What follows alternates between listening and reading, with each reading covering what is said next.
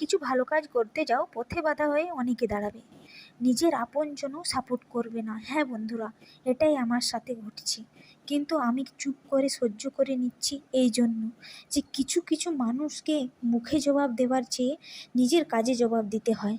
আমিও একদিন আমার স্বপ্ন পূরণ করে দেখিয়ে দিতে চাই তাদেরকে, যারা আমাকে সাপোর্ট করেনি, আমার পাশে থাকেনি, তারাও একদিন আমাকে দেখে বলবে, হ্যাঁ তুমি পেরেছো।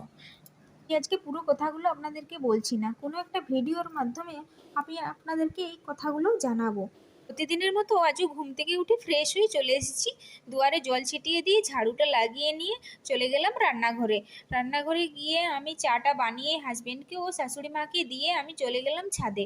কাপড়গুলো কালকেই কেচে রেখেছিলাম, কাপড়গুলো মেলে চলে এলাম নিচে। এসে ছেলেকে খাইয়ে আমি চলে গেলাম রান্নাঘরে, জলখাবারটা বানিয়ে বেডশিটটা পেতে দিলাম।